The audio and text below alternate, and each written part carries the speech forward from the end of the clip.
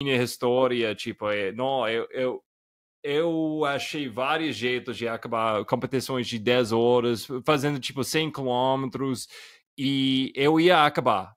Adrenalina é uma coisa incrível, mas nossa, logo depois, quando eu cruzei, eu vou cruzando a chegada, eu vou falando, comemorando, 10 minutos depois, tudo cai.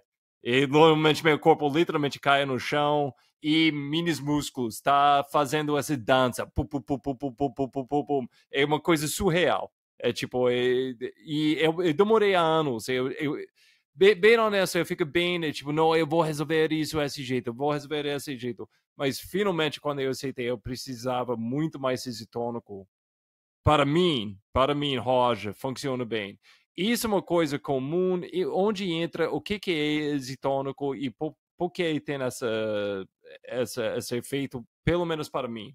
Olha, tem esse efeito para você e para muitos atletas que demoram muito para assumir, por exemplo, o uso de isotônicos ou cápsulas de sal, né? Então a gente precisa falar de um assunto importante quando a gente fala de isotônico, que é a hiponatremia, né? Que é o fato da gente chama hiponatremia, que é o fato da gente perder sal, né? Não ter sal suficiente ali, a perda de sódio associado à atividade física ou uma ingestão hídrica elevada. Também acontece, quando a pessoa toma só água, a gente tem ali uma diluição desse sódio. E aí a gente também pode ter aí como consequência esse quadro. Mas os eletrólitos, eles participam diretamente das funções do organismo, contração muscular, geração de impulsos nervosos e o equilíbrio hídrico. A gente precisa dos eletrólitos para isso. E o isotônico, ele é uma estratégia de consumo para o atleta, porque ele traz a água, que é uma super... A gente precisa da água, a gente precisa hidratar. A água auxilia no processo de absorção de carboidrato. E o sódio, o isotônico em si, ele traz a questão da água, uma boa ingestão de sódio e essa reposição de eletrólitos. Não tem como a gente fazer uma prova se a gente não contrai muscular. A gente precisa. Não tem como fazer uma prova sem estímulos nervosos. Então, a perda desse tipo de composto, que a gente chama de micronutriente, ela acarreta em um cenário de desgaste físico, de comprometimento de performance, que muitas vezes é superestimado. As pessoas esperam chegar em um quadro de cãibra pontual extremamente grosseira para entender que é preciso o consumo dos isotônicos. Ou até mesmo, eu cito aqui claramente a cápsula de sal também, porque ela é uma estratégia. O uso do isotônico ele vem muitas vezes atrelado a outros nutrientes, né? Então a gente fala do fósforo, do potássio, a gente fala do magnésio, que são nutrientes sempre associados aí ao isotônico, mas que são diretamente, fazem comprovadamente muito bem para a prática esportiva.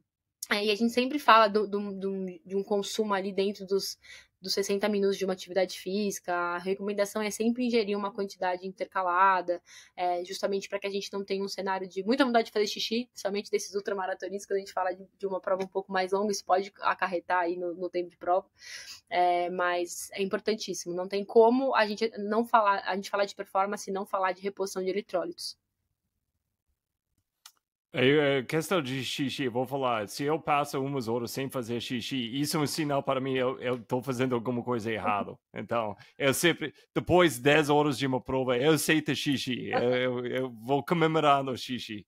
Então, mas uma coisa eu quero entrar aqui, isotônico, rápido com isso também. Você falou sal, mas não é só sal também. Tem outras coisas com Tem outras isotônico coisas. também. O isotônico a gente fala principalmente de potássio, magnésio, o próprio cloro, o fósforo, que costumam ter uma alta concentração. Esses eletrólitos a gente chama de micronutrientes, eles são reguladores. Eles não são como, eles não produzem energia, eles não têm nada a ver com produção energética, mas eles regulam o nosso sistema. Mais uma vez falando de carro, porque carro a galera entende bem. É tipo o óleo. O óleo ele não vai fazer combustão, não vai fazer o carro andar, mas sem o óleo algum problema você vai dar no motor ali. Em algum momento ele vai ficar disfuncional. Então aqui a gente entra com os nutrientes que são reguladores. E não dá para não citar o sódio, não dá para não citar o fósforo. Eles vão tornando todas os processos, vão adaptando todos os processos para que a gente tenha um cenário ideal para produção de energia, um cenário ideal para uma boa queima do combustível que a gente vai utilizar. Mas, com certeza, tem outros nutrientes aqui. E aí a gente entra mais uma vez, Roger, na questão do natural. Hoje, normalmente, os isotônicos vêm fortificados com esses micronutrientes, né? Então, a gente encontra ali os nomes de ingredientes industriais dentro dessas capacidades. Mas a gente tem, atualmente, e é a principal fonte, alimentos, fontes de potássio, alimentos, fontes de magnésio. Por que a gente não utiliza esses alimentos como fonte? Por que a gente traz ele isolado dentro de um suplemento, né?